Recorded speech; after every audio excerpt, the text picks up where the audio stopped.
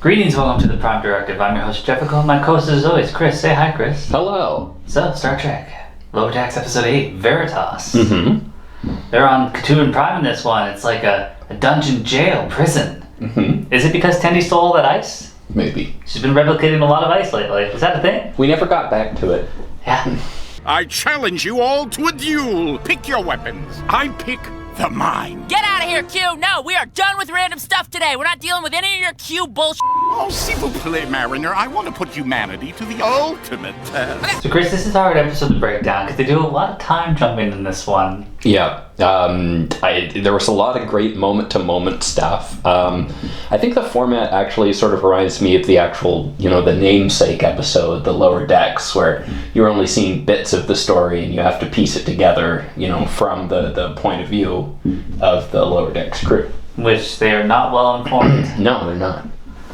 We start out with Beckett, and I like how they're all in the shuttle bay working on a shuttle, and they open the doors and the red alert's going on. Sam's like, "Oh, I adjusted it just so it'd be louder."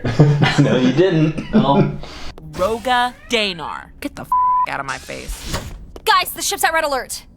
No it doesn't. Yeah, that's impossible. I messed with our speakers so they'd be extra loud during a red alert. We'd know for sure. You messed with the red alert speakers? That was good. And they sneak onto the bridge, and they're dealing with some bug alien that gave them a neutral zone map. Yep. Boimler is just fucking up. He's got no idea what's going on. He cannot go with the flow on that one. No, Beckett was fine. She's like, do what you want to do, Captain. Chris, how do you send messages to aliens? I'm with Mariner on that. I think that was a phaser. Yeah. That's also such an Orville joke, right? Like, I expect to see that joke on the Orville next season. Hopefully. Yeah. We wanted to invite them to dinner. Bullshit. Then we jumped to Sam, which was really good. Mm-hmm. I really enjoyed him updating his cybernetic implant. Mm-hmm. Yeah, fucking Windows updates, right? Yeah. Yeah. Why do I need Klingon fonts? No, that was great. I'm glad that we've stuck with what we established, which is that Sam, under the influence of his cybernetic implant, is like a hyper-competent badass and just keeps waking up in these crazy situations. You did better Vulcan neck pinches than the Vulcans. Yeah. What? I really enjoyed him walking on the cloaked Romulan starship, and then he's trying to leave and he's bumping into shit he can't see. Yeah.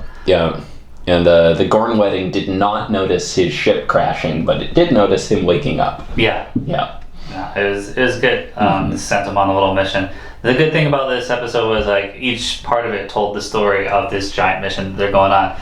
Tendi the cleaner got to clean the conference room. Yep. And I feel like you when you have something like that, you usually end up seeing the real cleaner, and they're like, oh, where'd you guys go? But they never came back to it. Yeah. Like she was just like that guy died en route, and so never heard from again. Yeah, they could have had like a funny little Star Trek joke of just like what happened to him and why he didn't make it. That maybe Q was wasting his time. Yeah.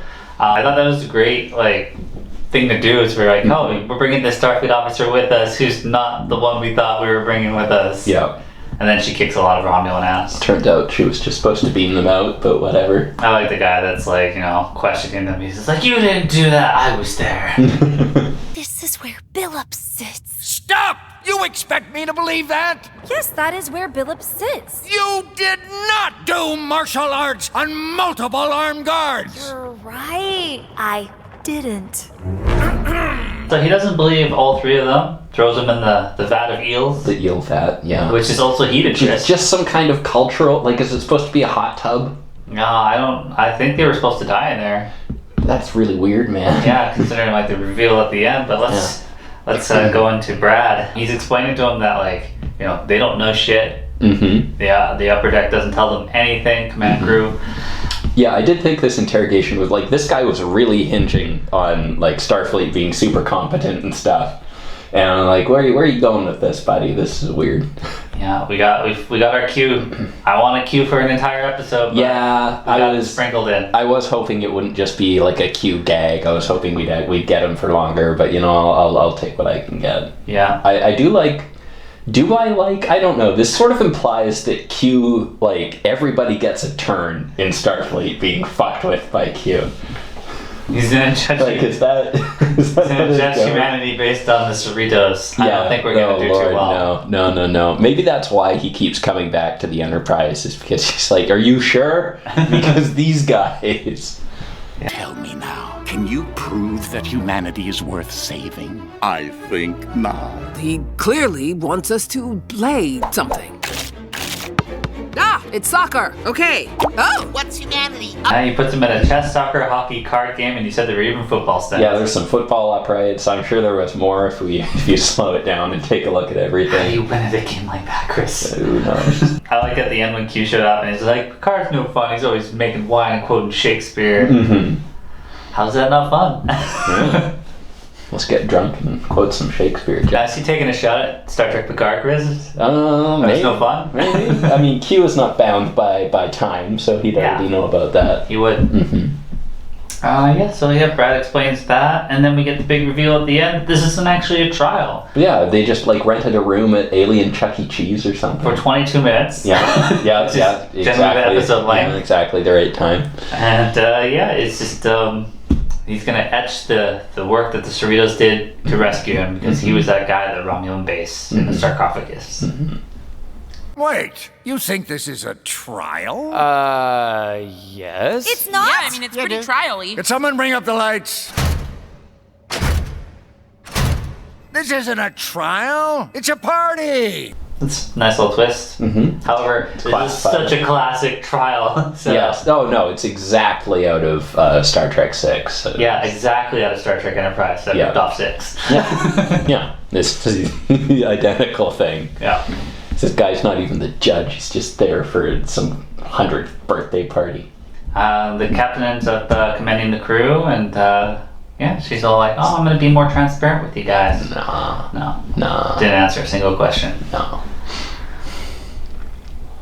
The Ohoma. We got a little joke about the cat doctor going to an alternate universe. Yeah, that seemed like sort of a reference to Remember Me or Dr. Crusher's, like, people keep disappearing off the Enterprise and she's the only one that remembers them. Is it that, or is that Worf jumping from different alternate universes? Oh yeah, that one too. You see, people were just disappearing in another one. Yeah, and so, I don't know. That was a weird joke. Because it's not like she was in the mirror universe or anything. She was just on a Federation ship where everybody looks the same, but they've got beards. Yeah. Or like, I think Boimler was a mosquito or something like that. Makes sense. Yeah. So what did you think? Geez, have we even been over everything? This episode was chock full of references. I actually think they're going too hard on the references, if I had to make a complaint. When I'm trying to make notes and I'm getting all these references, I'm just like, made references. Well, because I mean, like this episode and the last episode, they're going over like all the sort of meme episodes that the fan base likes to talk about. We've hit threshold with the reptile little slug things that they turn into. We hit Dr. Crusher and her candle lover in this one. We even got Giant Spock out of the animated series. And there's another animated series reference for you. Every time somebody wants to come in and establish their Star Trek cred, they reference the animated series. Because it's quick to get through and nobody knows what it is. Yeah, I enjoyed this episode. I thought there was a lot of comedy in each person's story retelling. I really like Sam and Tendi's. And Brad just showing how wacky being in Star Trek is. And you are? Wait, is this not the Cerritos? This is the Alhambra. Did you get on the wrong ship? They all look the same! Who the hell was that? You're definitely right about that. The humor's been really good, I think, for the past little while.